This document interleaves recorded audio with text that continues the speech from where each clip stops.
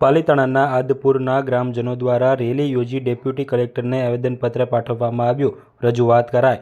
પાલીતાણા તાલુકાના આદપુર ગામે મામાદેવના દર્શન કરવા ગ્રામજનોને મનાઈ કરવામાં આવતા ગ્રામજનો દ્વારા રોષ સાથે બાઇક રેલી યોજી આવેદનપત્ર પાઠવવામાં આવ્યું હતું.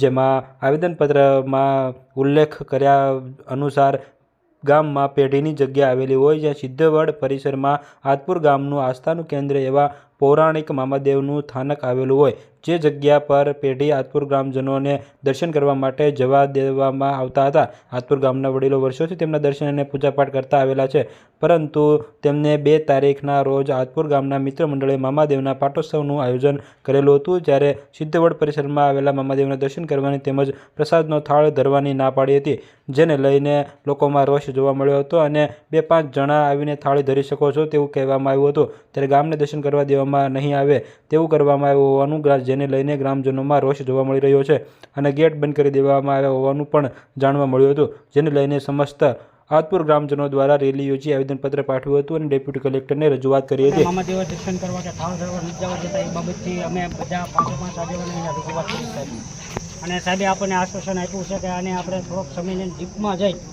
ખરેખર પેઢીના પક્ષમાં શું છે અને આપણી બધાની લાગણી શું છે એનું યોગ્ય નિકાલ સાહેબ દ્વારા લાવવામાં આવશે એવી આપણને ખાતરી હતી. બરાબર. અને થવાની બધી વાત જે કાંઈ આપણે સ્થળ ઉપર થઈ બધી વાત અમે સાહેબને કરી છે અને આપણે લેખિતમાં પણ આપ્યું છે. એટલે આપણને એની પ્રતિક્રિયા સ્વાદ દ્વારા વ્યવસ્થિત રસ્તો કરી અને જે કાંઈ નિર્ણય હશે એ આપણી સામે આવશે. આપણને આશ્વાસન આપ્યું છે પૂરેપૂરું. કોઈ સમય બતાવ્યો કે નહીં? એને એવું કીધું ઉનાળામાં જવું પડશે. એ જમીન ખરેખર કોની આવે છે એ ડીપમાં આપણે જઈએ. જ્યારે વેચાણ થયું ત્યારે મામાદેવનું મંદિર બાકાત રાખવામાં એ ડીપમાં આપણે ચેક કરી લઈએ. એ આવી બધી વાત એમને અને જે કાંઈ નિર્ણય છે એ આવશે. બરાબર ને? અને શા માટે આવું કર્યું એ એને પ્રશ્ન પૂછશે પેશીને કે તમે આને બોલો ના પડે જાવ. હવે એને એ કીધું કે પહેલેથી